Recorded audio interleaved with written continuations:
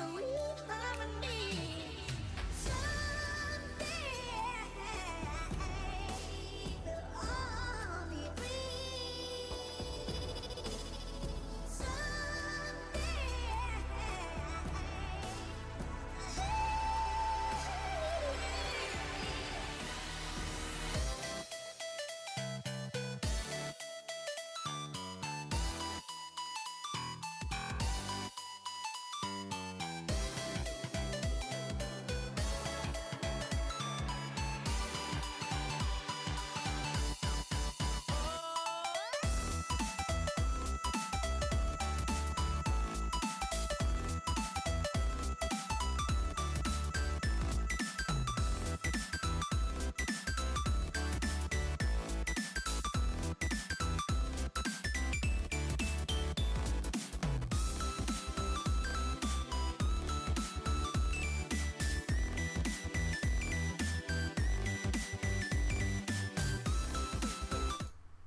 And we're live. Hello everyone, welcome to Who's Counting Rivets presents Model Railways Live. My name is Gwyn Rhys-Davis and I'm here with the Who's Counting Rivets team. Say hi, team. So yeah, we're here with the rest of the team, which is Alex, Stephen, Charlie, Richard and we've got a packed show today. We've got some videos on various topics: weathering, 3D printing, scratch building, layouts, and more, so stay tuned for all of that. We're also doing a charity live stream. So this is a charity live stream where raising money for the NHS. If you go down into the video description down below, there's a link there to a Just Giving page. Go down, donate as much as you can for a really good cause and everything. So yeah, I think it's let's just switch back to my view. So yeah, we've got the main cam here, we've got the team cam, and we've also got this secondary cam. As you can see, I've put one of Alex's 3D printed models there at the moment, just to show off some things as we go through the stream. But I think we're going to just start with one of the videos that we've got here. We're going to start with any random one. I'm going to pick Charlie's first. So Charlie's done a video scratch building a building. It's in 7mm scale, uses basically just cardboard and stuff. Actually, before I start, Charlie has decided that in this live stream he is going to be doing his very own scratch build challenge. So he's got some items here. If I just change to the cam chat here, and I'll zoom out, get Charlie up front here. There we go. So Charlie's got there a water bottle, a shoe, and some, let's say, bubbles kit or something like that. Yeah. So, yeah, some really odd items there. But yeah, during the show, he's going to be scratch building an item to some description using these various items. So, and also at the end, we'll be giving that away as one of the prizes for the actual live stream for those who have donated to on our Just Giving page. So when you go on there, just put your name and stuff so we can get in touch with you. And then some lucky winners are going to get some prizes. There's other prizes as well. We'll talk about them later in the show. But for now, let's jump straight into our first video with Charlie. Hello, I'm Charlie who Counting Rivets, and today I'll be going over how I'm going to be building one of my 7mm scale cardboard model buildings. It's going to be based on this building here from the Talon Railway. So you're going to watch me doing a time lapse, take it from this to this. Here's how I did it.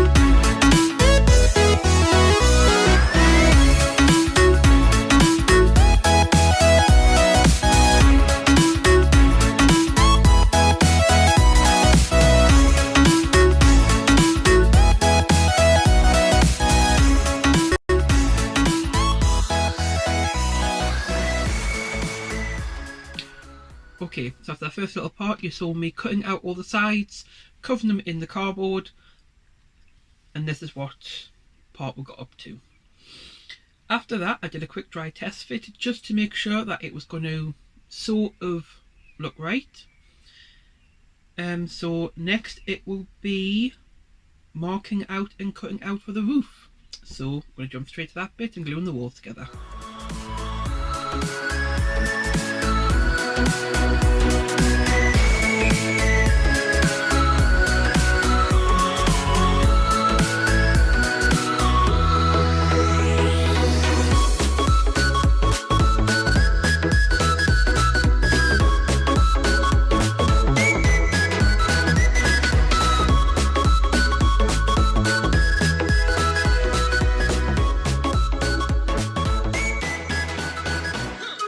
Okay, so that is the walls glued together and the base of the roof put on. Next comes the fun part, where I will be adding all the tiles. You may have noticed while I was doing that I drew a whole load of different lines on the roof. That is so I know roughly where to put the tiles. You don't have to stick to the lines. It is better if you have one maybe offset by half a mil, maybe a full millimetre. You can get this obviously lovely effect when it's finished. Let's put the camera, so as you can see, you get a nice tiled effect. It is time consuming, so up next is a little bit of how I did it. Bearing in mind this is only a small little clip of how I did it. I actually spent many hours gluing all the tiles on here. I haven't counted them yet. I'm probably going to, and I'll catch up at the end and tell you how many there are.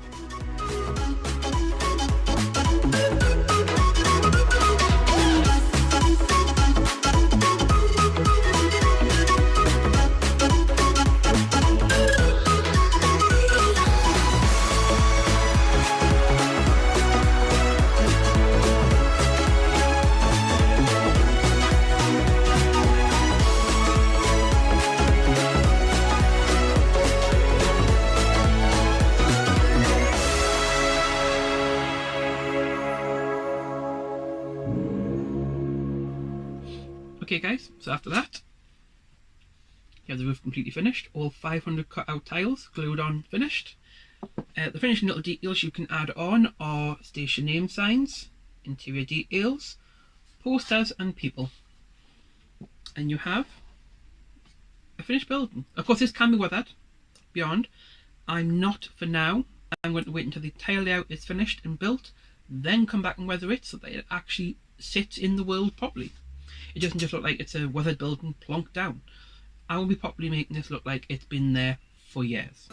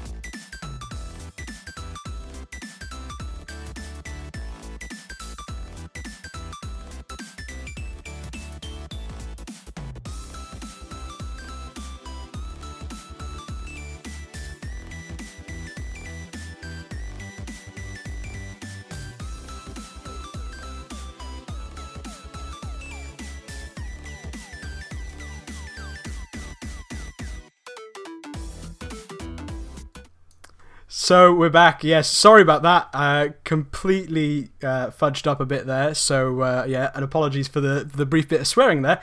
A little bit flustered at the moment, but yeah, we're back here with the team. So Steve's just been talking about looking at some stuff. He's going to talk about some of the things he's been doing while he's been locked down. So go ahead, Steve. Better.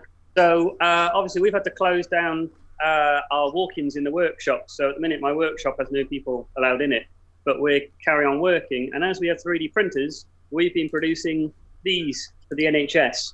As you can see, they're headbands I will just give you a quick look upstairs. You can see some of the things going. I would encourage anybody who's got access to 3D printers, please sign up. 3P Innovation are the ones that are coordinating in a big way. Sign up with them and basically start printing and start helping out.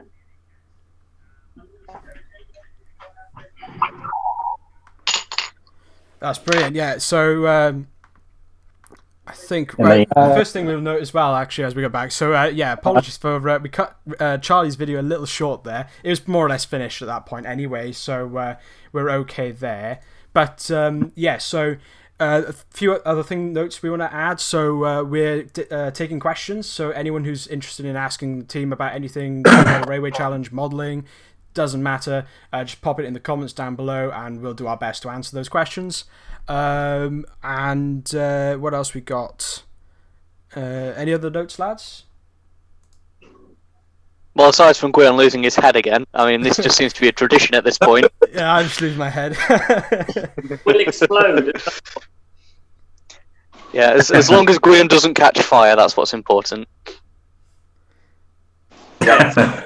Just one quick thing, maybe. If you look behind me, you can see our final layout, the miniature Wonderland, which you'll see a bit more in detail in my video a bit later. But rest assured as well, our other two layouts are currently in the process of being rebuilt. Probably guess what this big hole is for. It's from the quarry layout, and you'll all hopefully recognise this back to front sign because I'm on the front cam, made by Charlie. So look out for those in the future being rebuilt, and that shows them to get back out again.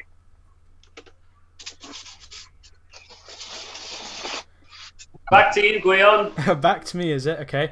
Yeah, okay. So I think I'm just going to do a little bit of show and tell at the moment then. So down here we have a 3D printed model made by Alex. It was actually during the end of the Great Model Railway Challenge, he decided he was going to print a model for each of us. And yeah, by the time we got to Wally, he'd given us each a model. This is the one I picked. And it's a really nice model. It's an open cab kind of freelance engine, and yeah, it's really nice.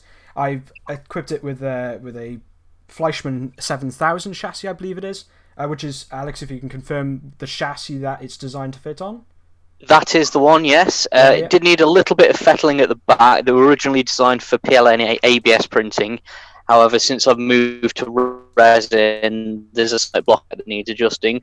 I've got my one to hand as well, which we found also fits very nicely on an N-drive chassis. I believe it's the 12mm wheelbase one. Okay, yeah. Not only do I produce 009, but I do 016.5 as well. And this is my little one that I've done in purple, because who doesn't like a bit of purple livery on a little niche locomotive? Steve there has one of my 016.5 ones, which I produce exclusively for the 7mm Narrow Gauge Association. I also have something prepped for a giveaway in this, which we'll be showing a little bit later. Yeah, there will be a little bit of a view on that. I do a good mix of 009 and 016.5 at the moment. Most of them are designed for accessible chassis, just to be a good starting point for people who are interested in modelling.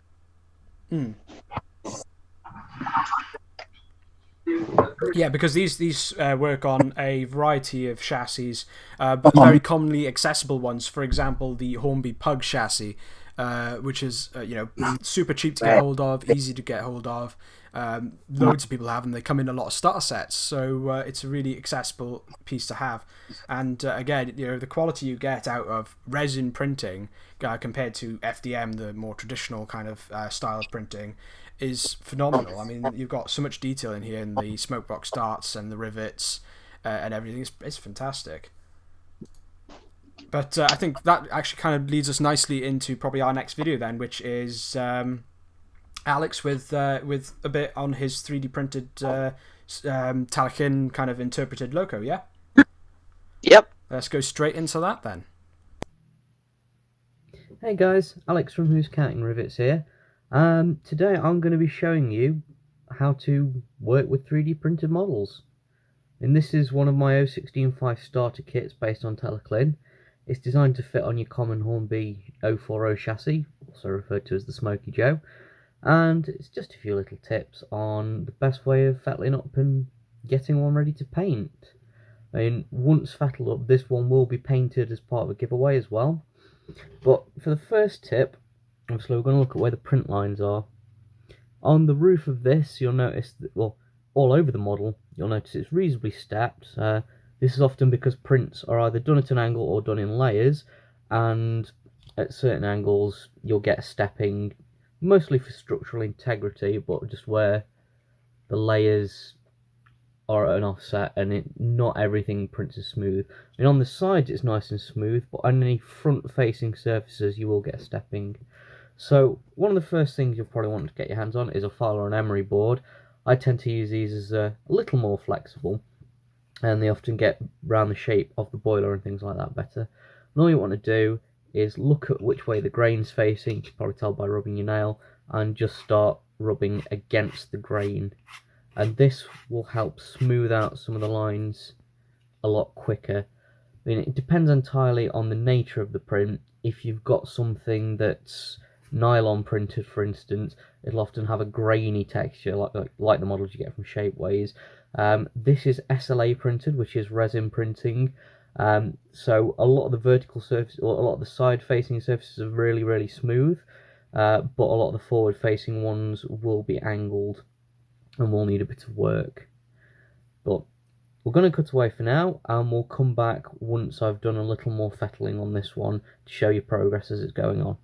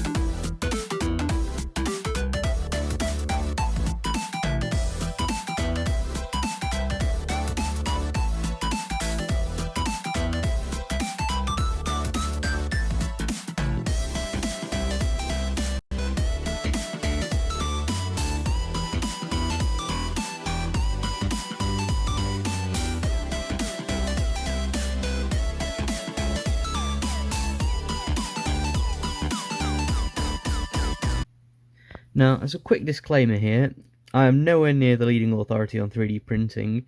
However, it's something I do as a hobby, something I do as I quite enjoy, and it's something where I try and make models that are easily accessible for people looking to start out in new scales. So I primarily model 016.5, which, for those unaware, is 7mm narrow gauge. You've got 7mm scale bodies on 16.5mm gauge track. Here is an example of a Taliclin that I've painted up. Now, I won't be going into this level of detail with the demo piece.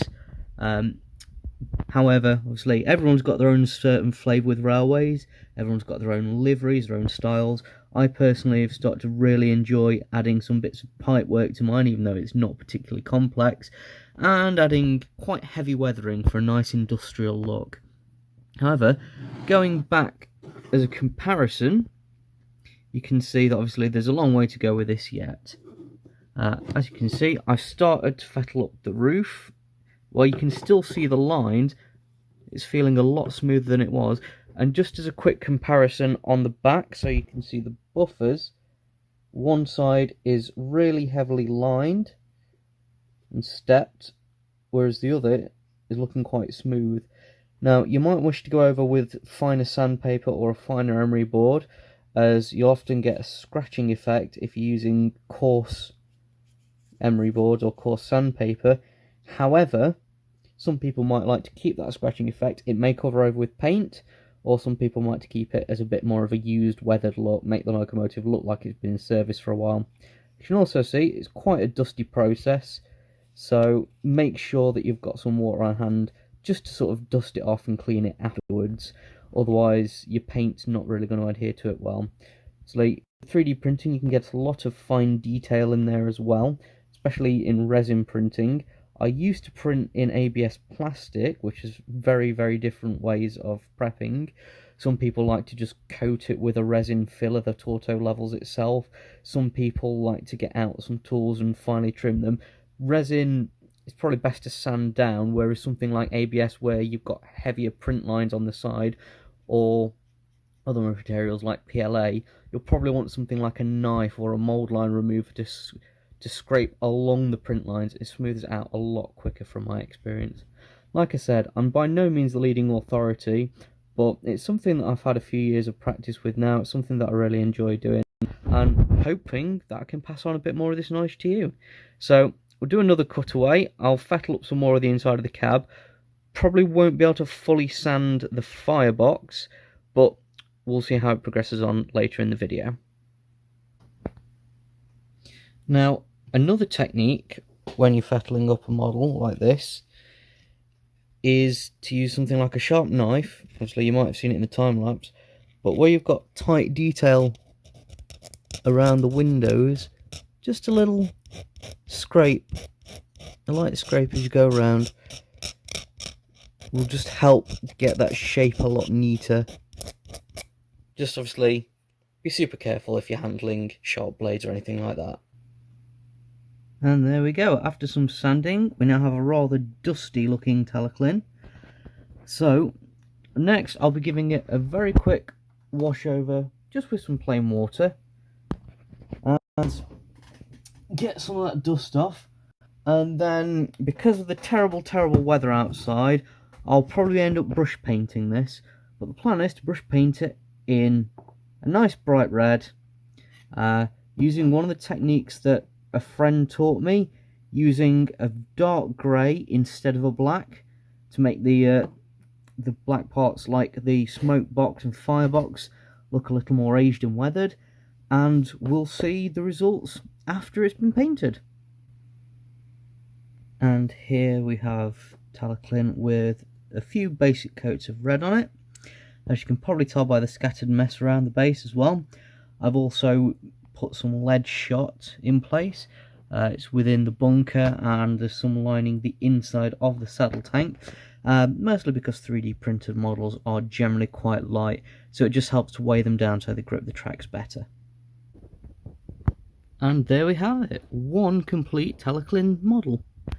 I've added some coal into the bunker as well, and overall it's got a nice bright red shade to it with a bit of dark grey rather than black, just to make it look a little more used. I've added some brass colour around the spectacles, and the inside of the cab is painted in a cream colour, and I've even painted some of the interior details as well. So it's not absolutely flawless, but this model will be up for grabs during the live stream, so keep your ears out on how to win, and hope you all enjoyed this little 3D printing step-by-step model process.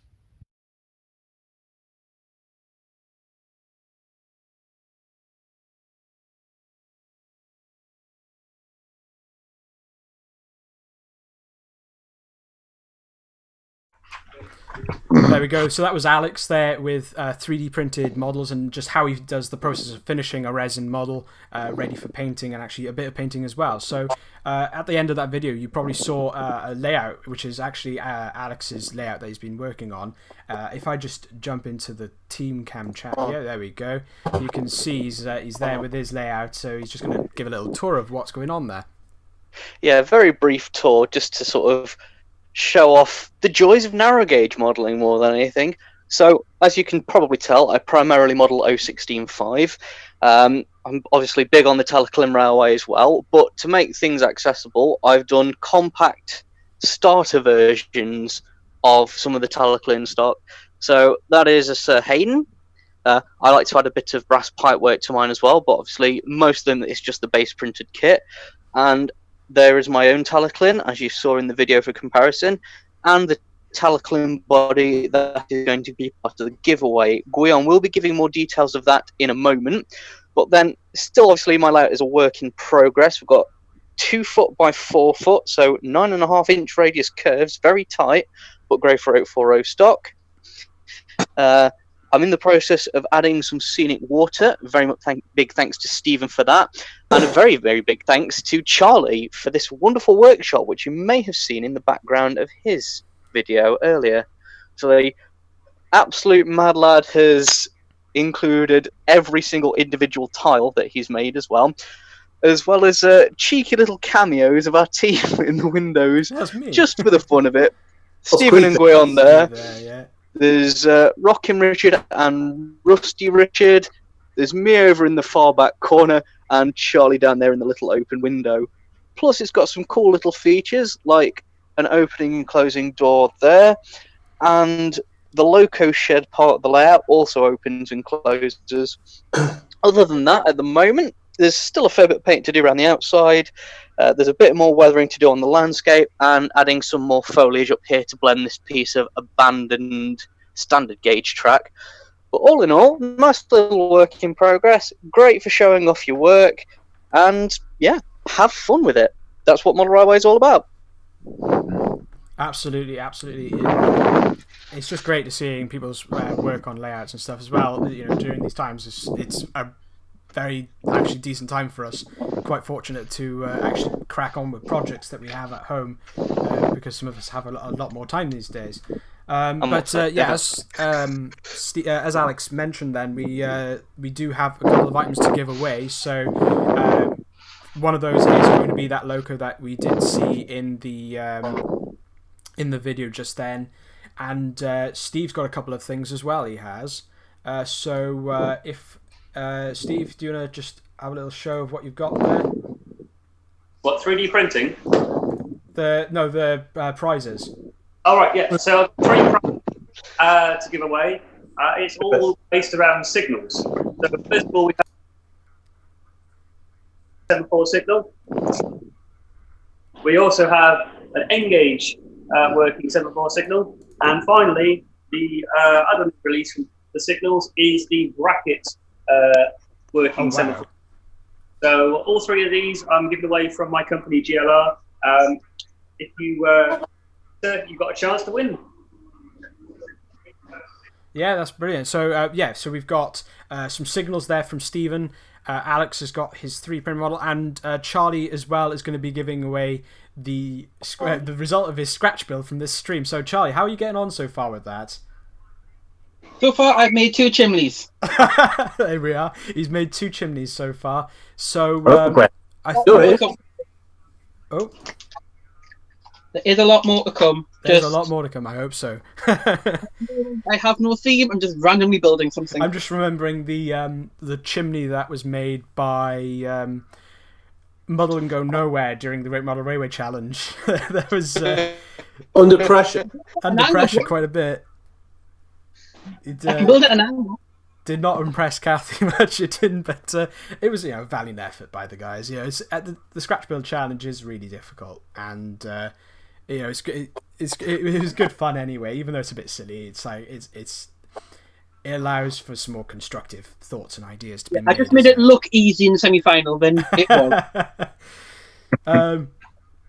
But yeah, so let's see what we got now. We've just done Alex and Charlie's. So next we're gonna do a little bit of a layout video with Richard Ballon Parkway. So check out his YouTube on there. We got Richard here.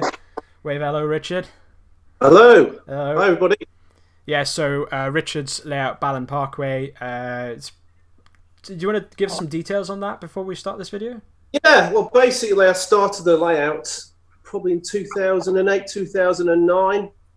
Basically, I got back into model railwaying from the age of about 15. I lost interest. The age of my mid-30s, started again, probably a bit later than that, actually. And I got the bug again. So I bought a Class 47 and had nothing to run it on. So I decided to negotiate with my wife, can I take over some of the garage? And since that's been done, I've extended the garage by another 12 foot. And the layout keeps progressing. There's even an outside section, which is covered today in leaves, because we had a bit of a rainstorm last night. So the outside section is closed off for the time being. All right. Time. Leaves But, on the line, is it? Leaves on the line, the great big leaves as well. This layout's progressing and progressing. It's still not finished. Well, when do you finish a layout? You don't, do you? You never finish But, a layout, really, no.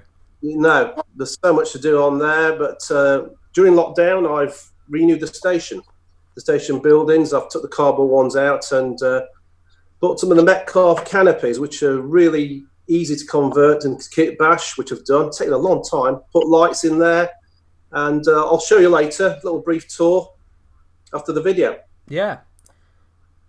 And yeah, talking about the video, so we're going to have a little bit look now at the video. Just a reminder as well, this is a charity stream. We're raising money for the NHS, so click the link down in the description below to enter that. So any donations will enter you into the prize draw for the prizes we mentioned earlier. Be sure to put your name in it and some details, some way of identifying you, so that if you win, we can get in touch with you and arrange for you to receive your prize. Without further ado, then, we're going to jump straight into Rocky Richard's video. Hello and welcome to Who's Counting Rivets live streaming. My name's Richard Ballon, as part of the Who's Counting Rivets team.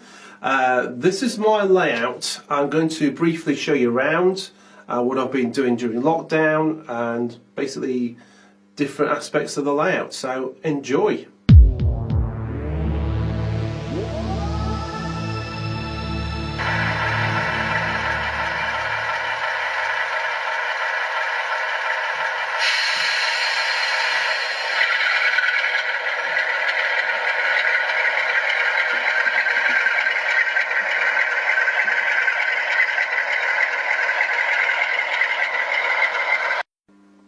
Okay, this is Broadgate TMD, which is a traction maintenance depot and stabling point as well for locos getting ready to do their daily duties. So we've got two in the sidings here, class 24 and 47.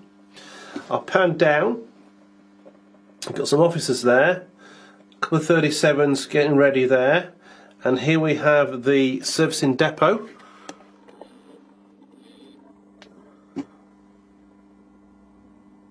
That's a maintenance depot there with a 40 at the side. This was built about 5 years ago on the layout, maybe a bit longer now,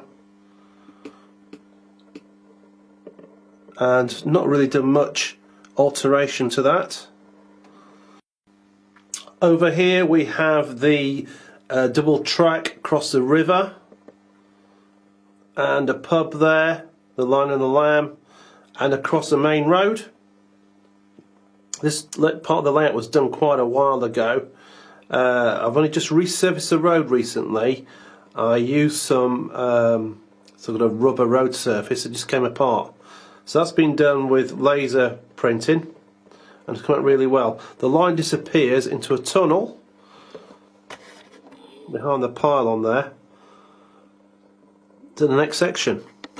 The Bell and Potaway station consists of 5 platforms, and over the lockdown period I've taken all the cardboard buildings out and built these canopies and adapted some Bachmann wooden waiting rooms which I've got to finish off.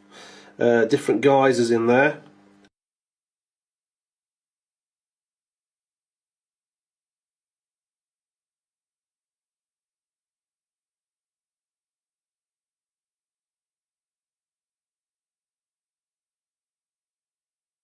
Okay, over the lockdown period I've added this footbridge, which is Bachmann Scenecraft. It was reduced from TMC.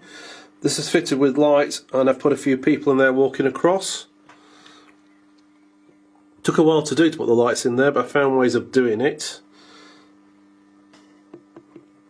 And just the north end of the station there, you've got the gantries with the signals on, they're all working, and the north junction with the signal box for that junction. At the rear of the station we have a car park, and this is the entrance to the station here, and a ramp for the goods. Some of this needs working on. I'll put some railings in here, things like that. I'll see more cars.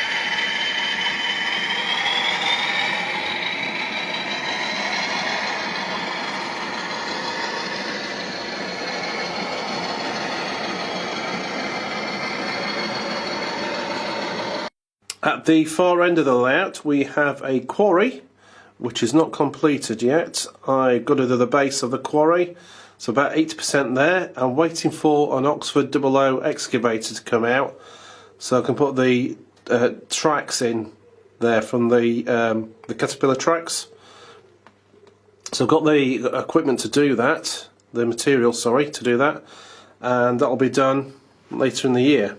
Next to that we've got a workshop engine shed for the industrial shunter here, little teddy bear, just parked there. And then going down towards the south end we have a concrete apron with a returning loop for the locos coming in. Then we've got the kiln at the back there, and then we've got the chimney, which is quite a tall chimney actually, and the loading hopper with the silos.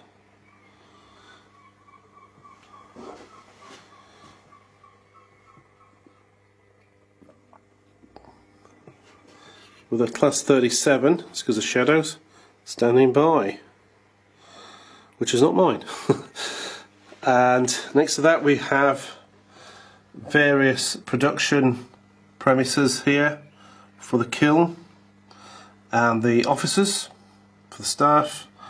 Going down we've got a weighbridge and a porter cabins, offices again.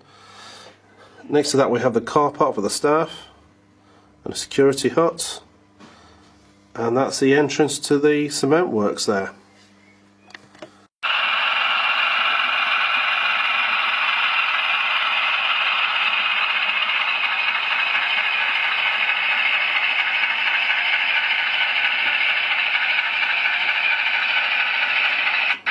Adjacent to the car park are the storage sidings, which are empty apart from one open truck in there. That's to store the cement wagons when they come in. Bit overgrown, and it stops right at the end there. Next to that we have the junction here for the cement works, the crossover junction, and then we have the signal box for the operation and the level crossing, which is fully operational. Next up with a gasometer. This is Tackly. I may change the name of this, I'm not sure yet. We've got a sports field next to that, and I've recently repainted this car park and put a double light in there, spotlight. This is Tackly Station, which is more of a halt really, small station. Just change the building at the back there to this building, which is a buffet, and make it into partly a waiting room as well. We've got all clear on the signal there. That goes into the longest tunnel on the layout to the next junction of Den Chelsea South.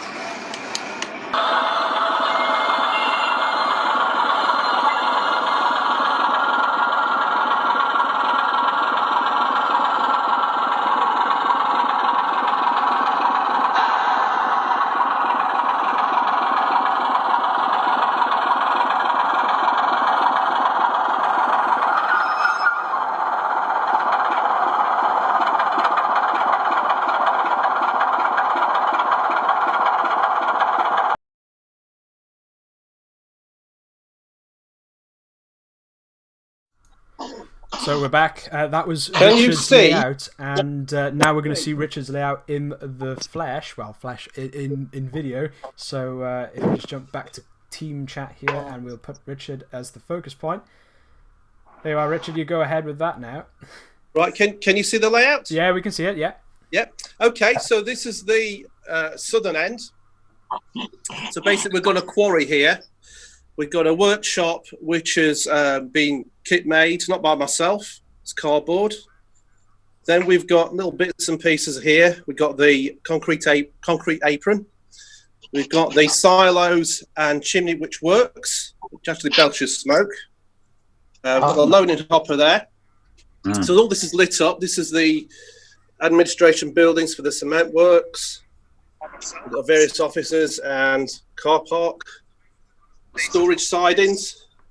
We've got a bus there, South Yorkshire Transport. And then we've got this working level crossing, the signal box, which is detailed down there. Gasometer. This is Tatley Station. Just put a new building in there, which have got to reduce the light pollution in that building. It's quite a high wattage light bulb. So that's going to be dampened down. We just put that in over the lockdown period. We've got a guy falling over there. We've got the longest tunnel on the layout, excuse me, which is this one here. Let's go to the other side. I'll put some lights on here. Right, I'll move the lights about. So we've got the stabling point and sidings. Just put that in over the lockdown period. We've got the longest tunnel on the layout. So this is storage sidings, and then we go into a cutting. It's a single box. We have got the rocks I've made here, which is from building insulation material. So we made that into a cutting. This is the same technique you used for the deep. The same. That's right. That Those rock face county is on the rivets for back. Kathy's favourite material.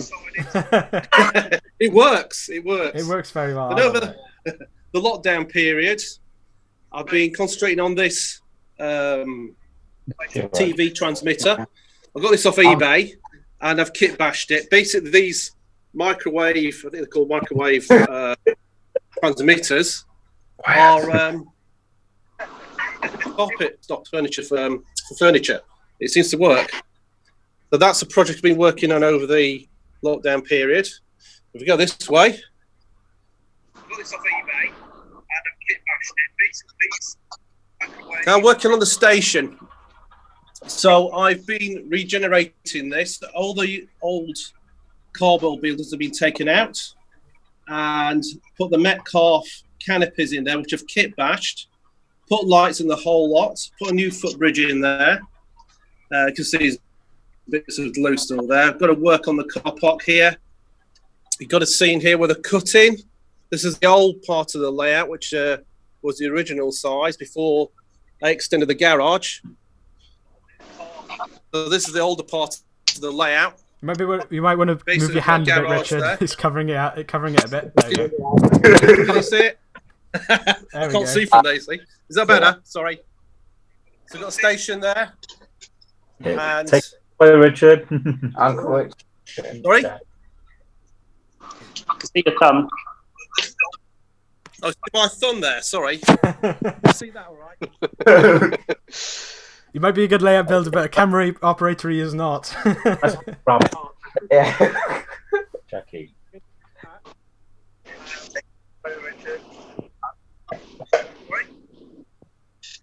Better got my crime next to me, causing hassle. Hello. I think we've lost audio on Richard there. Can you hear me? Yeah, I can hear you. Yeah, got you. So we've got the double track across here, which is on an incline slightly. I think your thumb's over a bit. Mike. Right. Yeah. Sorry, it's the iPad here. Is that better? That's better. Okay, I'll try not to drop it. Look at the sidings again. I'll take you around the other side. We've got Mr. Thumb back again. Oh, it's back again. I don't know why it's doing that. Is that better? Yeah. Yep. Okay, I try not to drop the iPad. I think I need a proper camera for this. I should usually do it on. Right, this is the control area. That's just mission control, is it? So this is a station I've been regenerating. These are all the points and signals, etc. Part of it. This is for the other side, for the hopper, etc. There's a bit of work going on there. Loving the station. There's a lot of detail in that station. There's These are the Metcalf canopies.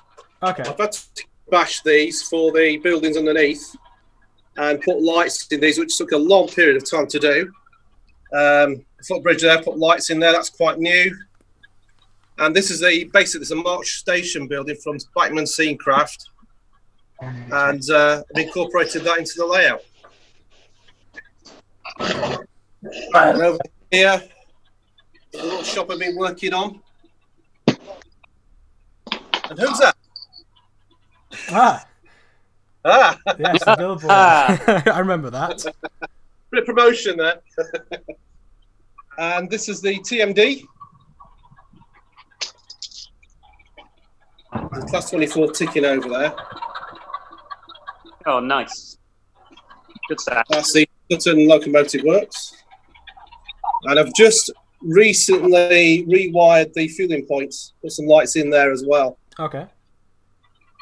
There's And lots of then- lighting going on in this. I like it. Problem with these towers here, if you catch them, they're very easy to break. So they're so fragile.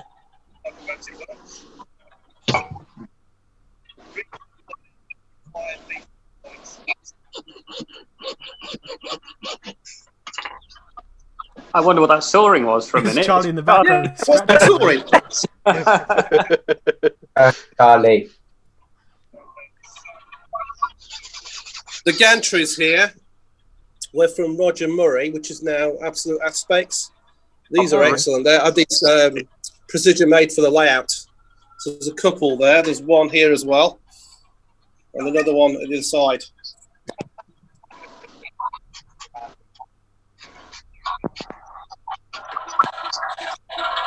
And I've adapted this garage as well. A place called Dronfield, which was brought up in, more or less. I like the car. Well, this one here is working on it. It's taken a long time to repair it. He's been repairing it for years and years and years and years, and he'll be doing it for years and years again. Try and get. Can you see that level? Is that a better level? Yeah. We've got your thumb visiting again. Have you? It's gone now. Gone. Sorry about that. The iPad's very thin. Is that what I mean by a thumbnail? Drop it.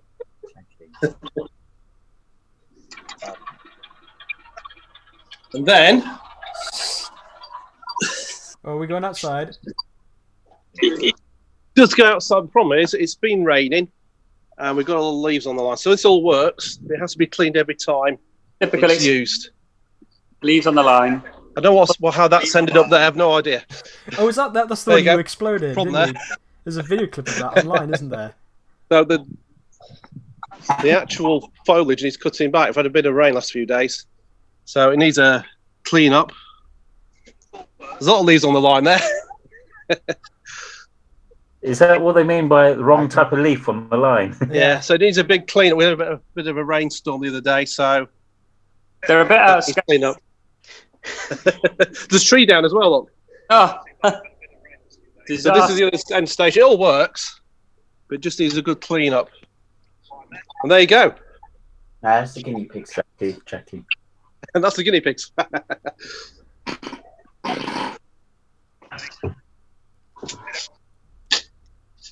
Sorry about the thumb.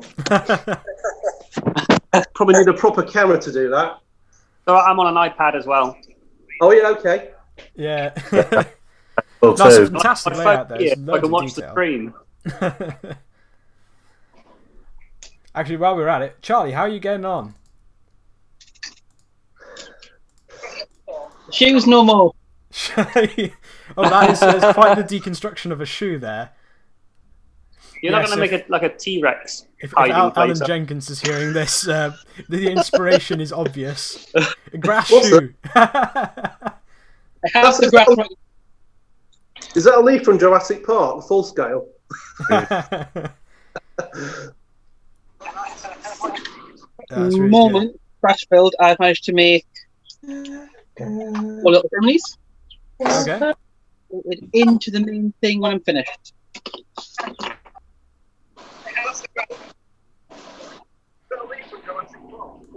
That's awesome. So, yeah, there's a little bit more there. So, we're going to follow us up now in a second with a video from Steve. And it's just various items, a bit about his workshop, a bit about Miniature Wonderland, which is now lives there, now resides in his workshop over in Barry. And yeah, again, this is a charity live stream we're doing right now, so click the link down below for the Just Giving page and donate. We're raising money for the NHS, so yeah, go down there and donate as much as you can. It'd be awesome. For a chance for some prizes we mentioned earlier, we got some various scale signals. We've got 3D printed model and also Charlie's scratch build items. So we'll go straight into Steve's video now. Hello everybody and welcome to GLR Workshop here in Barry. I'm Stephen from Team Who's Counting Rivets, and we're going to have a little look at Miniature Wonderland, which is currently hiding behind me in the corner of the workshop, and I've got a few surprises to show you as well. So here is Miniature Wonderland that you may recognise from the show Great Model Railway Challenge. It's now permanent residence in my workshop, and since the show we've only done a couple of things to it. One is put a nice protective screen on the front and put some reinforcing wood on it, and we've made this sign to show it.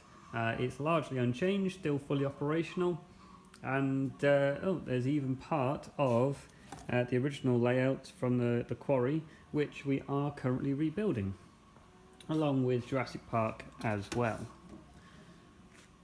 So if you missed it from the show, let's have a little look, an overview on what's actually going on it. Starting at the top of the mountain, you've got the Millennium Falcon and a hot air balloon that orbits the mountain. Going down a bit further, you've got the narrow gauge line, and you'll find dotted around all over the layout, printed by us, is miniature versions of us. So there's a little Alex. Up in the balloon there's Richard. If we pan round further, there's the working road system that zips around, and then going further down we've got the 3 main running lines. The nearest 2 are the ground level ones, and the inner one goes up and over and back round again. In our main station you'll notice quite a few features behind it. You've got the beer fest, there's the miniature me leaning against a barrel, a few features of the beer fest, someone throwing up, someone drunk, and dare I say it, a queue of females waiting for the toilet. And then if you look around to the station building, hopefully you will have seen this. Underneath it there is the miniature versions that we printed of ourselves, of our layouts and of the presenters, all while we were there on the show. Of course, inside there are the wireless LEDs as well. Moving around, we've got the village scene with the figures that move, obviously not moving at the moment. Panning further around is Charlie's carousel. At the back we've got the stage as well, and if I zoom into that you can see that there's a miniature Charlie standing on the stage, and the German words at the back are German for our team name, Who's Counting Rivets. So who else did I miss? I missed, there's Richard on the corner there, and who have I not covered? That's all of them. Oh, Guion, the team captain, we missed him. Unfortunately he's not here. He was on there, but he's gone walkabout somewhere. I think he tried to escape and got fed up of being run over. A few of the other features then, or one of the big features, is underneath that tanker wagon. You can see there's a hole, and that's where our flame effect came out of. All activated on this panel by this red button. Now you may or may not have noticed that the flames were not always coming out on time. We did several reshoots, and on one of them, Bachmann's prototype Class 26 happened to be over the hole as the flames went off. Much to our amusement and much to their jumping around, terrified look. You'll find as well, because Tim's the pyromaniac, we even had the mini Tim who pressed the plunger to set that off. So that's Miniature Wonderland in a bit of a nutshell. As I said, we are rebuilding our other layouts. So this here is the start of the quarry. You can see that there's the hole in the front, and we've started laying some track, and there's even a bit of a frame. All the features of the original will be back on there, and Jurassic Park currently is sitting on here and shelves in pieces behind other projects. The sign handmade by Charlie is still there, but everything else is hiding behind this area. So hopefully in the next few months those will be rebuilt. They've been rebuilt as 4x4s, and you'll be able to enjoy them when we join them all together for future shows. So what else do we do here? Well, we build layouts, we customise locomotives, we chip them with sound, we put detailing, firebox, glow, crew, weathering, you name it, we can do it. And if you look over my shoulder, there's a rather large N-gauge layout that we're currently building. This is probably the bit you can see about 1/8 of it. It's going to be a monster project when finished. Can't wait to get that one done. This is a layout that one of our staff has been building. It's his first ever railway, and as you can see he's been using this to learn all sorts of new techniques.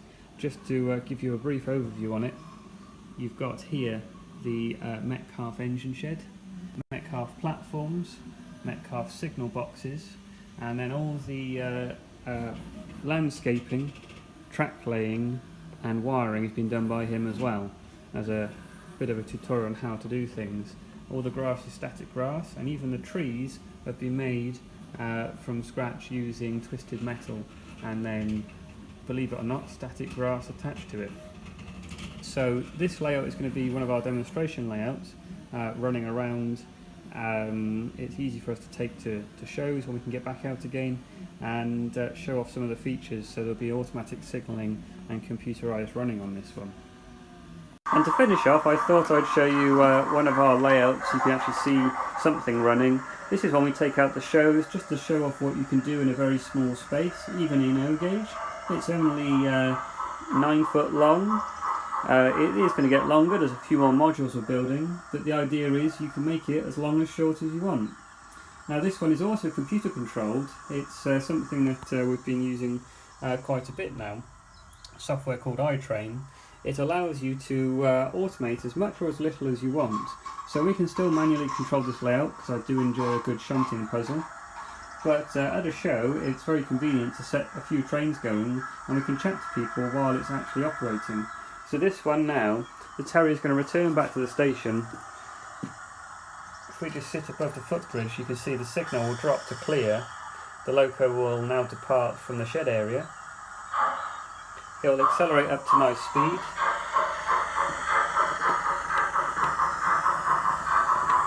And as it passes through the signal then will return to danger. And the station announcement triggers.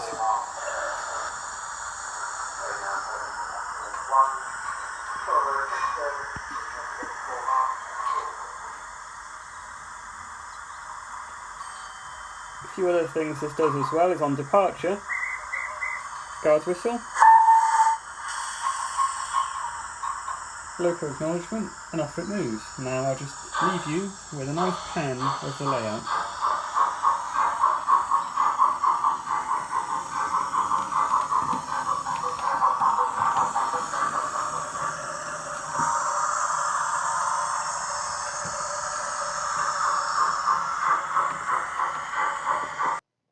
Let's have a little look at something a bit different now. Behind the scenes of Great Model Railway Challenge 2019. Here is the deeping project in its largely finished state, showing the narrow gauge lines working and the main lines. There's even the Terrier there in the side.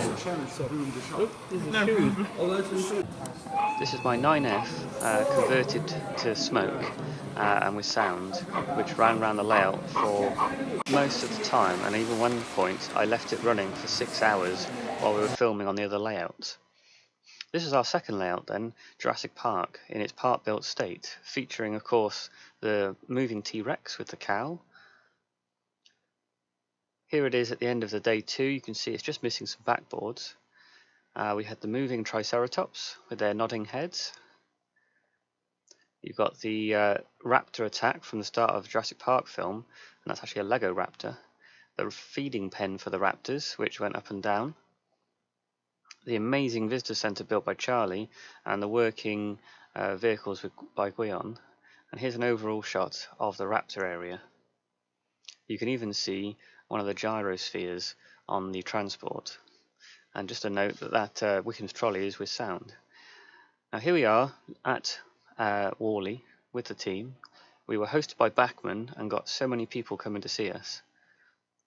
We even managed to nick a Pico sign and hold it hostage, which we did return. And here we find one of our own layouts finally from the workshop, and this actually belongs to me.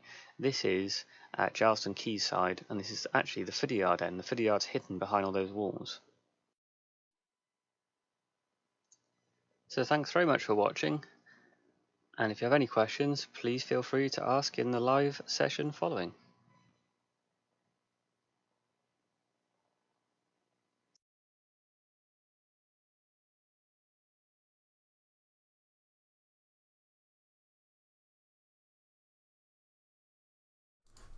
So that was Steve's workshop tour there, with a bit about Miniature Wonderland and some other things that is going on in his workshop. Just wanted a quick catch up on the charity donations. So we're currently at £165 of £200, our goal that we set for the stream, which is absolutely fantastic. We originally set out for just £100, and we're already well on our way to £200, maybe even more if we can get there. It would be fantastic if we can. So thank you everyone who has donated so far.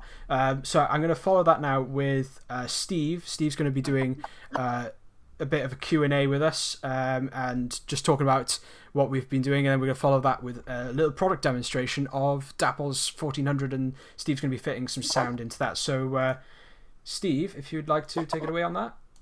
Yeah, sure. Okay, thanks, Guion. So first of all, before we do the Q&A, a quick shout out to Lapping Road. You put in the comments a while back, so shout out to you. The Q&A then, we've got, first of all, for Alex, is two questions actually about making locos. So we've got one is about Corey Hunslet and a range of those, and the next one is from Dark DJ, and it's 15-inch gauge locos, such as the Romney Hyde and Dymchurch and that sort of thing. Possible? Future ideas? Entirely possible. Main thing is obviously getting hold of the right sort of chassis, and obviously if it's something like 009 or 09 15-inch gauge, entirely feasible. With the bigger things get, the more limited I am on print size. I can just about do a whole 016.5 loco on my bed. So it's a case of, if, say, for instance, I was to do GN15, I'd probably be limited to 040s and that kind of thing at the moment, so smaller locos. On the size of 009 and such, though, and 15-inch gauge locos that are mine, could potentially, looking at some 15-inch, I do, for instance, have a slightly longer loco that I've been doing based on a loco called Abertillery. Done a 4.0 version for him, and I've done a slightly bigger version as well, which fits on the Farish Prairie chassis. Didn't design it for this chassis initially, but it's one that I had from. So obviously, there's still probably at least a third of the bed unused by that, so I could potentially go longer. So it's just a case of practice doing, and preferably getting some photo reference and some drawings. Obviously, I've mostly been doing a lot of freelance stuff, making close approximations. However, I do want to get more accurate as I go along. So as well as making cheap, I do want to cater to the people wanting more accurate scale models in the future. Yeah. What was the question about the Corey Hunslets? It was just it basically from Model Train Fan 102 is interested in your quarry hundreds. That was it. All right. They are currently listed on my website. I don't know if we've got any links set up to it, but it's mygr.co.uk at present. Looking to migrate the domain to Bingley Works for the new build identity. I do also have a Facebook page where I list a lot of the models that I'm working on and other projects, Bingley Works Railway Modelling. So you can check that out. There's links to my website there. Every product that I've had a happy, good quality product that I'm happy to release is currently listed on that website. So we've got the 009 Quarry Hunslet, as well as the rest of the 009 range I've done. I mean, I've not got all the examples to hand, but I do like an inverted saddle tank. I do a Barclay-inspired arched well tank. I do a Kirstewart Wren style locomotive, some side tanks. Again, most of these, some basis, but mostly freelance, just so it's a nice, small, but reasonable looking loco, so it's cheap and accessible. Thanks for that, Alex. Okay, hope that answers your questions. Please keep posting them in the live chat. I've got one here for Rocky Richard, and it's about your layout. How long did it take you to build it? Well, started in 2008, 2009. So what, we're looking about nearly 12 years now, aren't we? Pretty longer than that, actually. Yeah. Wow. And hopefully many more years to come from that. Yes, hopefully. Where's the next extension going? Ask the wife. Cool. So that's some of the questions we've got. Leave some more for a bit later. If it's okay, Gwion, I'll go straight into the looking at the 14XX now. Yeah, let's go for it, yeah. Right, just bear me a second. I've got to unplug my iPad, which has started to go flat, and hopefully plug it back in there. So we'll just go for a little walk through the workshop.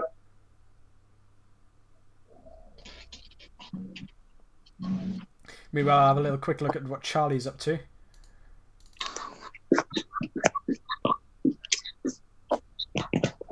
It's a good job we came in here because the 14XX has managed to get itself stuck.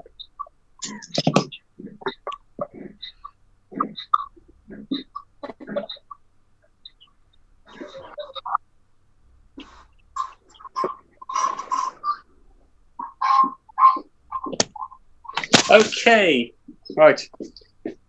I'm there. There we go. So, this is Dapol's beautiful, beautiful, beautiful 14XX in O gauge. This is not actually mine. This is my stepfather's one, which I've actually got fitted with sound today. And if I can just set up my iPad on here. Oh, we can't see it there. I'll try and do it one-handed. DCC fitting has always been a bit of a problem, or a nose trying to do. Whereas with these, the smoke box door just comes off. You just pull the door off, and even better, and what I'm going to do is I'm going to take it off the track so it's not hissing away. There we go. Even better, inside it, it's got a circuit board. So rather than having to do anything, you just pull the circuit board out like so. And on this one, I've put a sound chip on top, a U-Choose sound chip, and then underneath, I've put in a double speaker. Now I soldered this in because I wanted a double speaker, but you can just drop in ready-to-go speakers on this. So there's no soldering required. And then once you've done, this is very difficult trying to hold a camera at the same time, slot it back in. It locks in position. Smoke box door goes back on. It will go back on, honestly. There we go. So DCC-wise, it's great. A few other little things. The roof is magnetic, meaning it can come off and you can fit in crew. I don't know if you can see it on there, but the gauges actually have lines printed along with numbers on it as well. Oh yeah, I can attest that they are. It's some superb detail in that cab. Yeah, I'll just put that back on. Now, as I said, this one is sound fitted. If I pop him back on the track, there we go, and I'll just press go on this. This is the layout you saw in my video, our demo line. here it goes.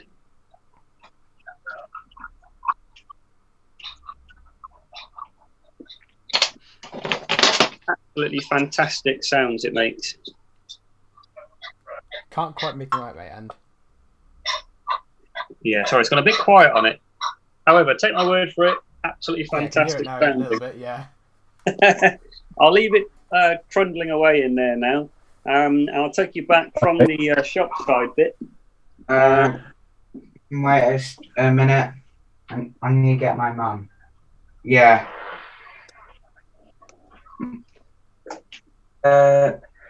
My dad's doing a video chat with the Who's Counting Mirrors. I'll go get my mum. Okay? Who's that? That's Richie Richard. Oh, right. Okay, so let's have a little look back at Miniature Wonderland then. Hopefully the team all recognises this. Yeah. But of course. Of course. Yeah. Where's the fire? Well, the fire should be here, and I apologise. I did just think it would be great to have it going off. However, I haven't got it set up, and also I don't want to burn my workshop down by mistake. Just doing a live stream on the internet at the moment. I'm in the front. Who's that? I've muted for a second, don't worry. Anyway, yeah, so here's our layout. You did see a brief overview of this in the video, but the thing that I think will be good to look at is our other layouts, which I did say are in pieces. If I lay this board over here, this is the rebuild of the Deeping project. Guion currently has his famous core. Not quite sure what he's done with it yet. It's currently sitting in my living room, taking up space. So this is the layout rebuilt, only 4x4, but all the features that everyone built for it are safe. And we're going to be rebuilding this along with Jurassic Park so they can join on to Miniature Wonderland. It was going to be at Bristol. Obviously, that's been cancelled, sadly. However, once we're allowed out again, you should be able to see our layouts of various shows. And just a note as well on that, on the piece of Deeping Project version 2 as such, you might want to note that special bit of track work we got in the middle as a quite obscure, interesting bit of track work there. So, if I just fold this back down again, eagle-eyed viewers will spot this. We've got the main line, but we've also got a narrow gauge line, and we had the problem of wanting to cross over it. And it just so happened Guion had this piece of track, which we've got appropriated to use as a crossing. It's going to be very interesting hooking this all up and seeing what accidents we're probably going to have with it, no doubt. But yeah, absolutely fab piece of track, and it allows the narrow gauge to cross over. Something you probably can't see very well is this area here has got a figure of 8 narrow gauge folded on top of itself, going up and over itself as well. And this shelf part is actually going to be the top of the rock area using Rocky Richards rocks. And what we're actually going to have is, you remember the winding gear that wasn't working in the show? That's going to be sitting on top, working away, along with every other building and feature that you've seen, including Doctor Who. He'll be back as well, along with the Daleks chasing him around. Yes. Yes. I think we've got the Headless Chairman somewhere as well. Of He's course. there somewhere. Yeah, Hopefully Headless next time not Chairman. headless. I thought the head was found. Oh, and of course we can't say anything without going over this. Rusty Richards' weathered rolling stock is all sitting here nice and safe, ready for the return. Just like Rusty Richard has just returned as well. So that's as far as we got with that. Keep watching. You'll be able to find some updates on my YouTube channel, GL Railways, if you look on YouTube for that. And hopefully over the next couple of months, that will start taking legs, literally, and having some scenery on it. And all the stuff hiding over in that corner will come out and turn into a Jurassic Park and the quarry. So there we go. I dub it Diddy Deeping. Diddy Deeping. Diddy, I liked that. Diddy Deeping and mini Jurassic Park. It's not so Jurassic then, is it? No, it's yeah. Anyway, back over to you, Guion. Yeah, so again, we're going live today, raising money for the NHS. We've got a link just down below for the Just Giving campaign, so just pop down there and yeah, give what you can. It's we've done so well so far. I think we're currently at 175 of our £200 goal, which is phenomenal. I couldn't believe that we were going to get anywhere near that, but we've managed to do so, which is absolutely fantastic. But yeah, you know, again, all donations enter you into a prize draw, so make sure that you've entered that, and good luck with everyone on that. So I think next we're going to go and pop into a video that Rusty Richard made, and it's just an overview of weathering in general for from rolling stock, isn't it? Yes. So we'll take that one away now. Hello and welcome to... Hi there, Rusty Richard here, checking in with you guys. Been asked to do a short little video on my techniques for weathering. Paints I'm using at the moment are Citadel's paints available through the Warhammer shops.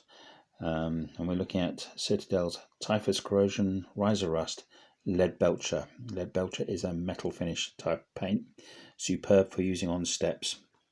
Then we have Citadel's Munitorium Varnish. They do love their Latin sounding names. It's a massive great big tin and it will last you a very long time. We use Humbrol's weathering powders. This is smoke and rust, and we use Rail Match's frame dirt. Superb paints, and they work really, really well. Okay, excuse my hand appearing in shot. I'm going to clear the little demo area I have here. Okay, we have in front of us Hornby's 21-ton hopper wagon. It's a nice little wagon, but if we want it to look as real as the real thing, we need to weather it. And so here we go. Using Typhus Corrosion, which is a nice sort of colour for representing old rust, and when it dries it does have that lovely texture, sort of slightly rough texture when you feel it. We paint the whole frame, the outside of the individual panels and the vertical ribs, and don't forget the top rail. Okay, so that is that stage. You can turn the wagon around. Next stage, we highlight areas using Riser Rust. Riser Rust is that lovely orangey rust. Looks very orange in the pot, but when it dries it does dull down a bit and it does look very convincing. We highlight areas on the frame, on the around the axle boxes and all around there, and don't forget the handrails. Okay, that's that stage. And don't worry if you think it's a little bit overdone, because when we apply the next stage we can tone it right down and you can still see the Riser Rust and the Typhus Corrosion grinning through the smoke powder that is available from Humbrol. As you can see, build it up and then brush it. It's all brushed on. Brush it into the crevices, nooks and crannies where everything will dirt and muck tends to cling to. And don't forget to simulate the streaking. Also, don't forget to do the inside of the wagon. Often forgotten about and ignored. And as you can see, same techniques. Go really heavily because they're never cleaned out. They certainly weren't going to waste money cleaning these wagons. This particular one is not by Hornby. It's by Acrocraft. Acroscale, I should say. I do apologise. And it is a different diagram, as they say, to the Hornby's wagon. Those who are observant will notice it's a different profile and has 4 hoppers instead of Hornby's 2. Okay, now the last thing to do is to spray it with varnish. Spray at least 12 inches away. Let it dry, and if there's any areas you feel should still be covered, use Rail Match's frame dirt spray. And if you feel that you've gone over too much with that, just use a cotton bud to wipe away the excess. And there you are, a beautifully weathered wagon, ready for revenue earning service. Well, I hope the lockdown is not driving you mad and that you are all happy and well. Best wishes, and hopefully I'll do some more videos soon. Cheers. Bye-bye.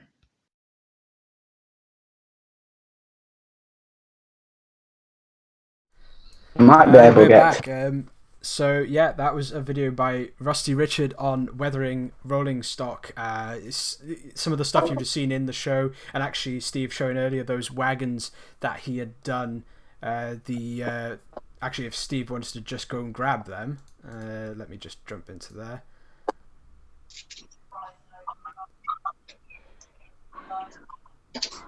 Steve Some Shaw. fantastic weathering done by Rusty Rich there on all those wagons. Is absolutely fantastic. He also did the painting of the gate for the Jurassic Park gate on our second layout. What is this one? Oh yeah, that's the brake fan as well. Yeah. Choose the thing. There we go. Oh, I remember doing that one. Oh yes. Yeah. Guilty. Yes, it's to say. I mean, oh, my hair's a bit funny there. You know, during the show, you may have noticed like there's a lot focused on myself, Steve, and Charlie, but the rest of the team played big parts in the show. Whether it was Alex 3D printing a lot, you know, the scene at the end of Miniature Wonderland, that scene that's under the station building, was all 3D printed by him and is a beautiful piece. And then we have Rocky Rich. He made all those rock faces in both the like first these. and second layout. Yeah, Steve's actually got some there, so there's all of a them. piece of the They're all safe back. It's all there ready to go into our next the recreations of our previous layouts. And then we also have, not forgetting Rusty Rich as well, the rolling stock and everything else he's done. The team put in so much work during the Great Model Railway Challenge, and everyone just did a really good job with it. So it's all great to these guys as well as myself too. Fun as well. It was really good fun. I mean, you'll see some fun behind the scenes in a moment in the last video, but I think for now, have we got any more on the questions? Let's have, apart from that one for you, Guion, from Timbersurf. Yes, yeah. No, sorry, Tim. So I did see your message just then. I'm gonna have to go and check that out at some point soon. I'm just gonna grab something here. I'm gonna do a bit of an unboxing now. If you give me 1 moment to sort it out. Shall we recap the prizes quickly? Yeah, just so people know what's up for grabs on the donations. Yeah, we've got a giveaway at the moment. We're basically, to enter, you donate onto our Just Giving campaign, which is linked in the description down below. We're currently, let's see. Yeah, currently 175 out of £200, so only £25 more to go to hit our £200 target. It would be absolutely amazing if we can hit that target. So thanks everybody. Donate what you can, and yeah, for a chance to basically win, we've got some very scale signals from GLR Bespoke Services, Steve, and Alex of Bingley is giving away the loco which he has on display there. Let me just change that. And then to that 3D printed tiny Talaclin, squashed down for a Smoky Joe chassis, but a great little 16.5 starter body kit for somebody. That's beautiful. Maybe looking to try a different scale. And not forgetting as well, Charlie with his scratch build. How is Charlie doing there? What's going on? Coming along. It's coming along. So he's got various bits there. Be interesting to see what he gets there in the final bit. Now we've got about another 30 minutes hopefully in the show now before we wrap things up. But what's that, Steve? One thing that I forgot to mention about Miniature Wonderland, about Worley, was when we were at Worley, you saw some pictures on my video showing us at Worley, posted by Bachman. So big thank you to Bachman. That was absolutely amazing, great fun. And it was the engine behind me, which has just disappeared. It's coming up the tunnel now. That's the one that's the same age as me. And we worked out how far it travelled at Worley over the duration of the entire show. It never stopped. And it travelled approximately 12 miles during that entire show. That is absolutely and the 9F did around about 9 because we took it off occasionally for other locos. But I thought that's staggering. 12 miles. It's 35 years old, original motor, and still going. That's the German engineering for you, isn't it? It's absolutely fantastic. Yeah. Unfortunately, the bulb no longer works in it. That's the only thing that stopped working, so I'll have to send it back for a refund now. Oh dear, yes. Ding. So product placement. There we go. As Steve mentioned there, a big thanks. There's a lot of people along our journey who've given us help, but Bachmann, a shout out goes to them for sponsoring our trip to Whalley. It was an absolute fantastic opportunity for us to meet everyone. We had so many people come and see us during Whalley and just talk about what we'd what they liked about it. Got to interact with some of the features on the layout, the VR experience, for example.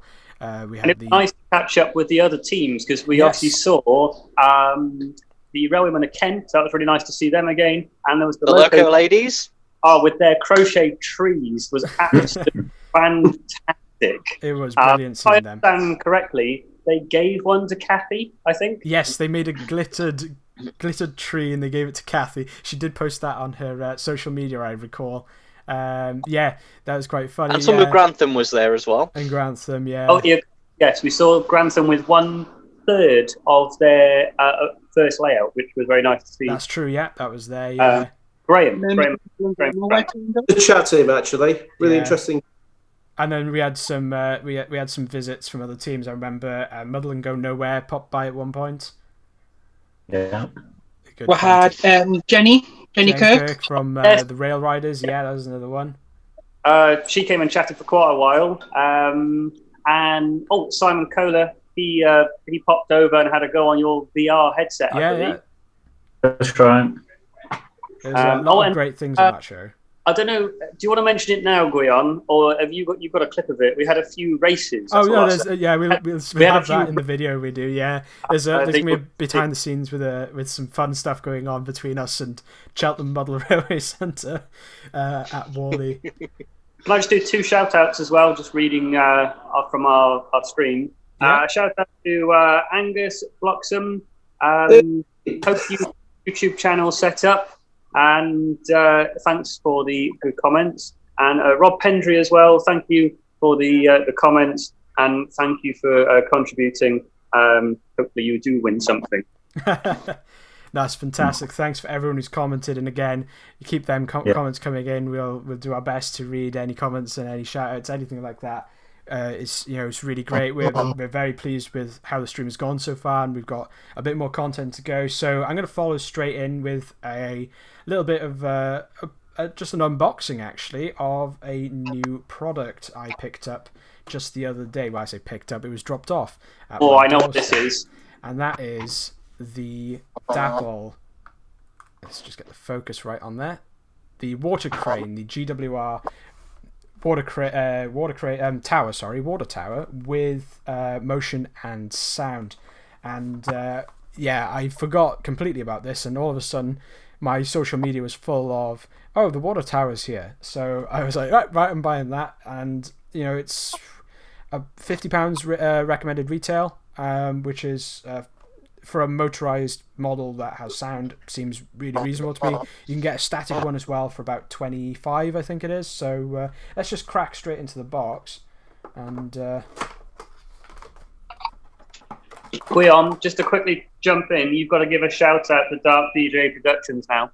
Oh, have I? Right, Tom from Dark DJ Productions. Of course, he wants a shout out. Yes, hi Tom.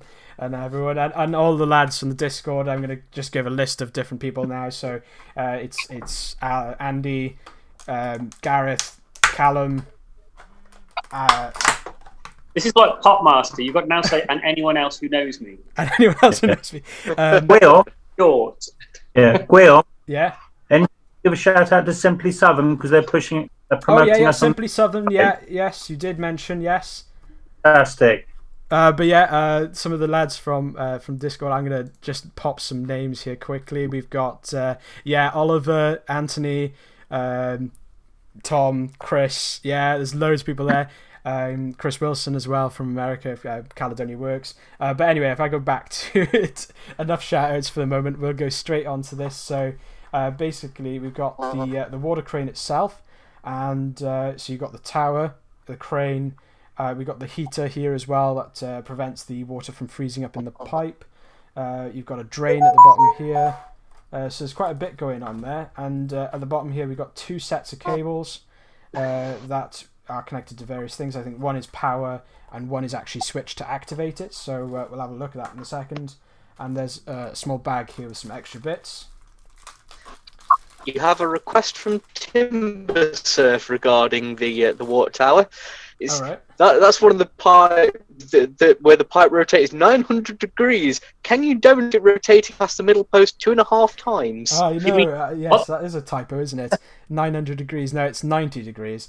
So we've got a switch and we've got a power connector. So it makes wiring it up really simple. Modify it. It could be 900. I'm gonna just go and grab my power supply, which is under my desk. And we'll power it up and we'll have a little test run of it. Now we will. While you're doing that, can you just quickly flick the screen back to me a second? Just want to show you something. Just this moment, hot off the press. Literally, because it's still quite warm, actually. Okay, so these, I don't know if you can see them, I've just finished printing off printer upstairs. And just to show you the other thing that's being printed, these are the lower supports. So the visor has this. Literally, just this moment finished. And I did want to say a thank you to Gaunt Francis Architects in Cardiff, where my brother is the IT manager, for lending me their 3D printer as well, so we can get lots of production going for it. So thank you. Back to you, Guillaume. There we go. Well, while Steve was doing that, he gave me the opportunity to just connect the water crane here. Let me just adjust the exposure. There we go. I'll just plug the second part in. It's a little bit fiddly on the plug. I think one of the pins might be... No, it's fine. It is giving me some trouble though. Let's see if I can get it working. As you go Right. So I'm just going to flick the power supply on. Is it on fire yet? No, not on fire. There we go. So that's active at the moment. So if I'll just tilt it up a little bit and I'll move the camera so it can... Having a big mushroom cloud over Wales. So there is the water tower, and all you have to do to activate it is a press on the button. A short press just fills it. A long press fills it, but also overflows. So I'm going to do a quick one press.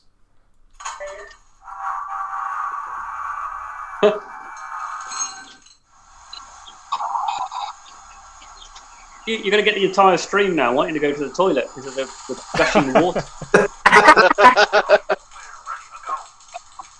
You probably heard then the chap there saying, "All right, we're ready to go." And yeah, they are, and it's back to its original position. If we press it for longer, then we have 5-second press. That's a meaty button you get with that. Yeah, the button is quite nice, but it's surface mount as well, so it's really easy for someone to put in their layout. Did you say that's plug and play? Pretty much.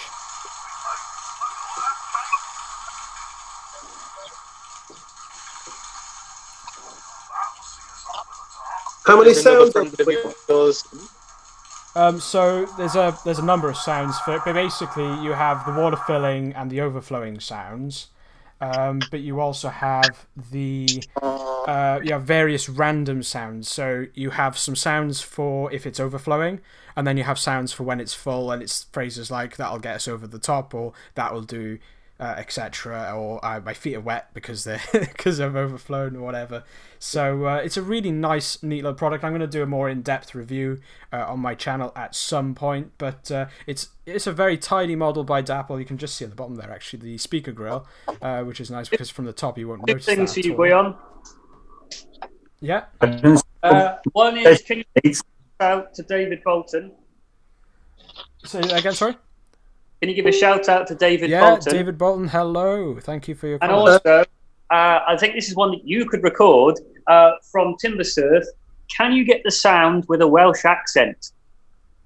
So yeah, okay. So the sounds are You can do pre-recorded it on live. this. You could do it now. Or a Yorkshireman, apparently, as well. The sounds on this are pre-recorded.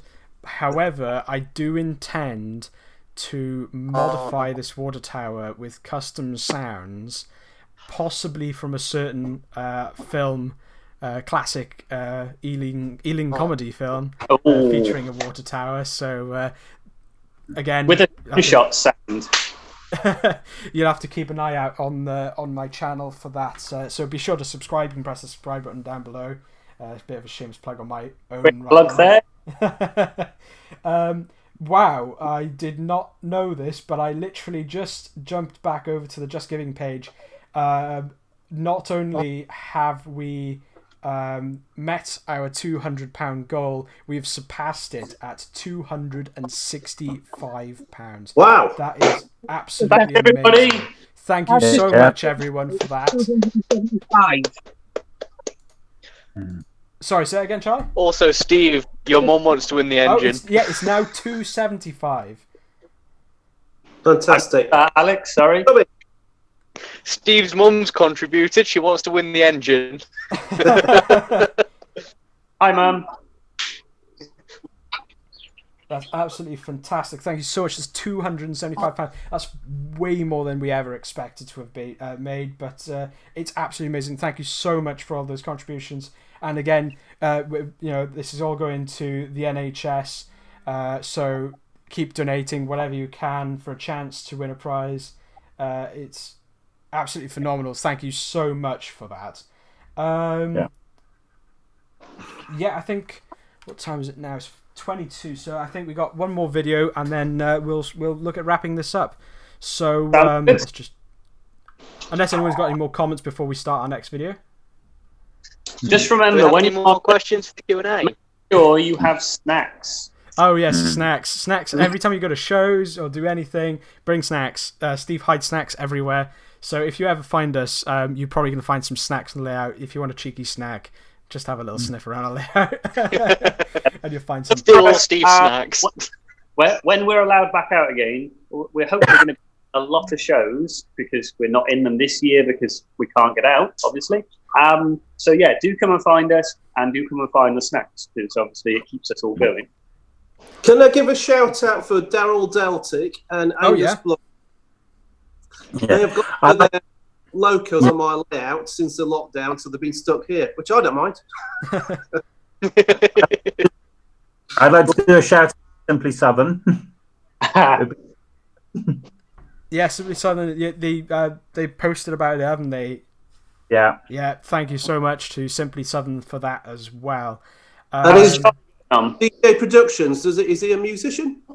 Oh, Dark DJ. No, he does a bit of, like, music stuff. He's a friend of mine who does YouTube videos on train sim.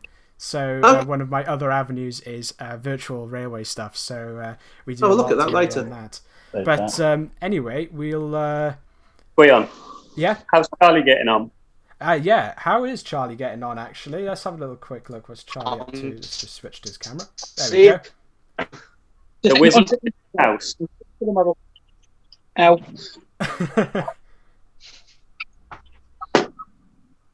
So I see some chimneys and I see some tents. Oh. Zoom in. Hey. Guillaume? Yes, go for it, Richard. Yeah, Guillaume? Yeah? You know the water tower? Yes. You know the little water heater? Mm-hmm. You could put an LED in there. That's not a bad idea at all. So yeah, on the heater, I could. Well, actually, looking at it, they haven't actually. Do you put a fire? To be honest, I'm not too familiar with it. Is it supposed to be that you put the fire underneath it or in it? I'm not quite sure how that works. You could just make a catch fire. I'm gonna have to look into that. I am definitely, though. That's a really good idea. I'm gonna work out to put some lighting in that. Yeah, it's sort of like a little sort of heater with a long pipe which goes underneath the water pipe. Yeah, to stop it from freezing the pipe there. That's right. Oh, definitely gonna I have to think have it's a look called at a that. fire devil, if I remember right. A fire devil.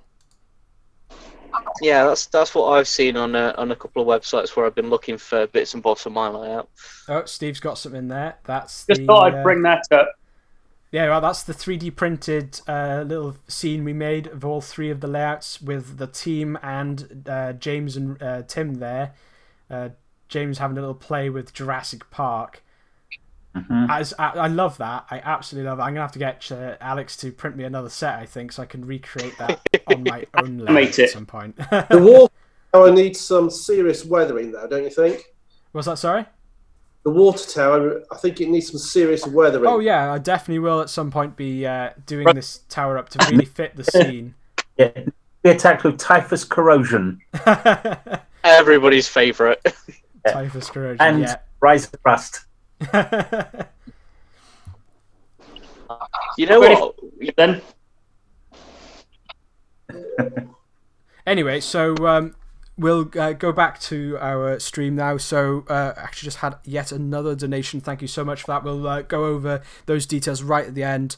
And yeah, this is a live stream raising money for the NHS. So click the link in the description down below to donate. It's all going to a great cause. So give what you can. And thank you so much to everyone who has donated already. So we're going to go with one more video and then we'll have a couple more things and we'll wrap it up then. So the next video is a video I've compiled just of some video clips from both our time at the Great Model Railway Challenge in at Forley Hill and some other clips from various things like our time at Wally with Bachman. So here we go.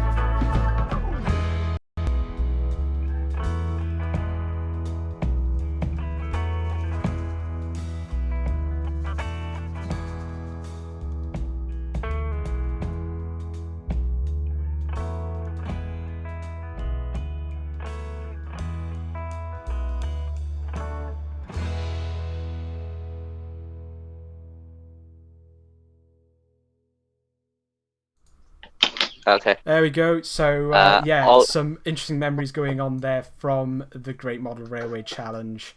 It was, amazing experience, and same for Wally as well. So, just a quick catch up with the team then. So, Charlie, how's it going? You've got about 8 minutes left in your Scratchbuilt Challenge. There are 8 minutes remaining of the Scratchbuilt Challenge. Thank you. Coming along well. Hopefully people like it. Especially. Did Alex put something out on Just another update as well. We've now reached. Hang on. We have now reached £290 in our fundraising. Raised, which was of an original goal of £100. We extended that to £200, and we are already at £290. Come on, absolutely get us 300. Phenomenal. Yeah, if we can get to 300, it'd be absolutely fantastic. So, yeah, thank you everyone who's made donations. Actually, I'm just going to quickly grab those names so I can give a shout out to everyone there. Let's see. I need to log in on this one, do I? Oops. Give me a second while I do that. You can. Well, while you're doing that, 2 bits of trivia. Yeah. First bit of trivia: the mountain behind me. It's the height it is because Alex and I, who were doing the structure, we couldn't reach any higher, so we had to curtail the height of it. Otherwise, it would have had another foot or two on top. Wasn't that your height plus the fact that you were on ladders as well of some sort? Correct. And also, we were getting close to their. They had a top-down camera, and we were starting to get close to that. So we couldn't practically go any higher, and it was quite hard to work on, even at the top, leaning over it. So there's the first one. Second one, the loco going around behind me. I've just done some quick working out. It's done over 14,000 feet in the time we've been on air now. So 14,000. I haven't converted it into miles or kilometres yet, but I'm sure it's quite far. What you haven't told the viewers is that we're all double O gauge. You're all double O. Well, we're a mix of HO and double O gauge on the layout. And O and N. Oh, Yeah. and live steam as well, just to throw that one in there. We're a broad church. Yes, we accept all gauges here. That's right. No discrimination. Well, at the end of the day, you can have fun with If any you scale. rock up with a 4 foot 8.5 inch gauge class 66, we might have a bit of problems. I'm not sure if we've got room for real scale, real world standard gauge just yet, but give it time. One of us will do it. So, the gentleman who's gone and built a full-size railway in his garden with a Wickham's trolley body and a trolley underframe. It's in the news, and he's actually built 35 feet, and he's applying to his wife for an extension of 45 feet. That's right. It's Eastbourne. It's Eastbourne. Is it? It lives in my town. Really? Oh, wow. Yeah. You'll have to go pay him a visit when Where this he is lives. all He's over. Eastbourne. Yeah. There we go. That's my. Hey, what Raz, it so is I'm there's just gonna. trolley. Oh, go on. Sorry? Yeah, go for it. Yeah. Yeah, he's done a plate layers trolley, which he's done inside as a sort of for entertainment, and he's sort of put a Wickham's body on top of it. That's it, plate layers. I couldn't think what the underneath was. Yeah, it was a plate raised trolley, and he modified it with a Wickham's trolley style top. Yeah. So I'm just going to give a quick shout out to all the people who donated. So thank you very much to the following: James Wright, Tony, Simply Southern, Jeff Martin, Colin, Shirley Dodd Clark, Angus Bloxman. I'm sorry, I might have butchered that name a bit. Rob, Sue and Mike. Got a load more here. Matthew Stevens, Christine Davis, Sam W, Gareth RD, and Bruce Astill. Thank you so much. There are a couple of anonymous tips there as well. Unfortunately, we haven't got your names, but thank you so much. I know one of them was Tom, so thank you very much, Tom, for that as well. So many amazing donations to our campaign, to this campaign. £290. Let's see if we can get that last £10 in the last few minutes we've got here. But it's absolutely fantastic. Thank you so much, everyone who has donated today. we're completely baffled. They're just absolutely amazed by the generosity of everyone watching today, and we hope that we've provided an amazing show for you guys as well. Let me just think, is there any other mentions at the moment? I think we are pretty much coming to the end now. Just hit my mic. So yeah, after the stream we'll go through all of the donations, and we'll get pull some winners from there, and we'll be in touch with you guys, those lucky winners, soon after. We might pull in a couple of other prizes as well, small prizes as well, to just top that up, because it's been absolutely amazing. We can't believe £290 from an initial goal of £100. It was completely beyond our expectations, but we did it, and it's been absolutely brilliant. 1 minute of the Scratch Build challenge remaining. The Scratch Build challenge, yes. I'm going to put the clock up on here now, so you have got 1.5 minutes, Charlie. The final countdown. Come on, Charlie. 90 seconds remaining.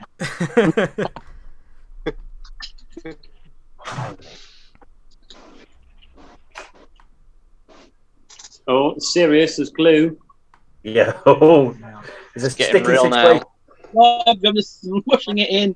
In the last few minutes, then I think I'll explain a little bit of backstory of my own from the show, and it is regarding the head of the chairman.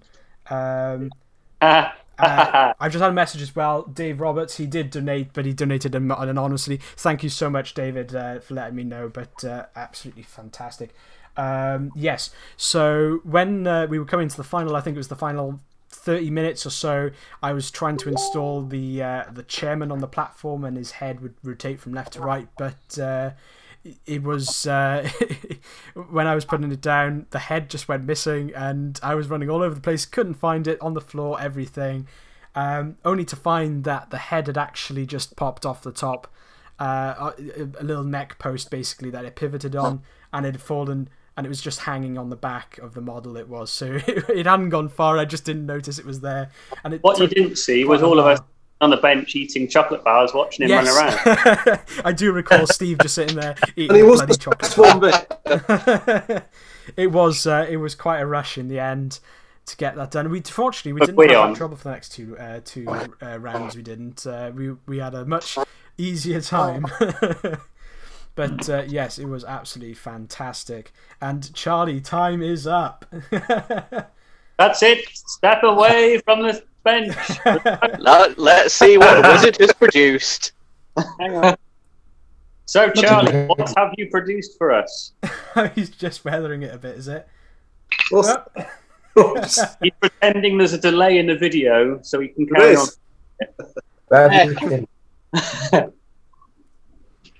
Yoo-hoo. Is that who? Yoo-hoo. The glue-hoo. Ooh. So we got. I can see some chimneys and I can see some tents. Do you want to explain a little bit, Charlie? Oh, is that campfire in the middle as well? There's a campfire there as well. All right. So do you want to explain a little bit what you've done and how you've made it with the certain materials that you were provided? A shoe, some was it a soap sprayer and a some bubble ones. No baby bio this time. No, I was tempted to buy some, but I thought not. With this, obviously, a little set of diorama. Bubble ones have been turned into smokestacks or chimneys. A few are wonky. Wonky chimneys. The shoe, tried sewing it, couldn't get through, so I've torn off all the fabric. And you've got rolls of fabric at the back. You've got two little campfire, and the spray bottles being used a little bit there and in there as well. They're not the best. Putting them in the 2 points, but it's worth a go. Yes, the 2 points in the scratch. Impressive, isn't it? I'll take a round of applause for that. Yes. That's a fantastic bit of work there. You know, considering you had 2 hours to do it with a bunch of odd items, it's not bad at all. If we're quite honest, It's a fantastic effort there. So I think a couple of closing words from myself. So I just want to make a couple of quick shout outs. So we have a load of people to thank for the support in this and the support for the team that we've had over our experience from when we first came together to, well, this day really. So we have GLR, Steve's business, and Bingley Works, which is Alex's business. We have Richard Ballon, Ballon Parkway. We've got Charlie as well with his Scratchbuilt. Do you still have a Twitter handle there, Charlie? Not anymore. Not anymore, never mind then. But we also have our Facebook group, which is Who's Counting Rivets? Page, sorry, not group. So you can follow us on there. I'd also like to give a shout out to the Swansea Railway Modellers group, of which I'm a member, and gave us a lot of support during the Great Model Railway Challenge. We also have a big thanks to Backman for supporting us at Wally and sponsoring our show, our being there at the show. And many other people who have supported us along the way and are generous donators, of which we did just get one more in the last minute. Big shout out to Rob Pendry there. Is it Rob Pendry, is it? Rob Pendry, yeah. That's amazing. Thank you Rob. so much, Rob Pendry, to get us over to £300. That is 150%. Actually, it's 300% of our original goal. That is absolutely fantastic. Thank you so much, everyone, for tuning in. We've had a fantastic time here. We hope that you've enjoyed the show. And Steve got a final comment to make. One final thing, and it's a bit of a shout out nationwide, actually. Obviously, with the current situation going on, it's a big shout out to all the key workers, NHS, and everybody else who's keeping the country going. And just to say thank you for everything you're doing. I know some people are also stuck at home and that sort of thing. If you want to see what we're up to, look at our YouTube channels and we can. But definitely a big shout out to all the key workers out there. Thank you very much. Yeah, definitely agree. A big thanks to everyone there, and thank you guys, the team, the Who's Counting Rivets team, and myself, for bringing a great contribution today. We've had some amazing videos from everyone in the team, so thank you so much for that. So yeah, that was Model Railways Live with Who's Counting Rivets. Thank you so much for watching. We'll see you hopefully very soon. Stay home, stay safe, and we'll see you very soon. Bye for now. Bye. Bye. Bye everyone. Bye. Bye. Bye.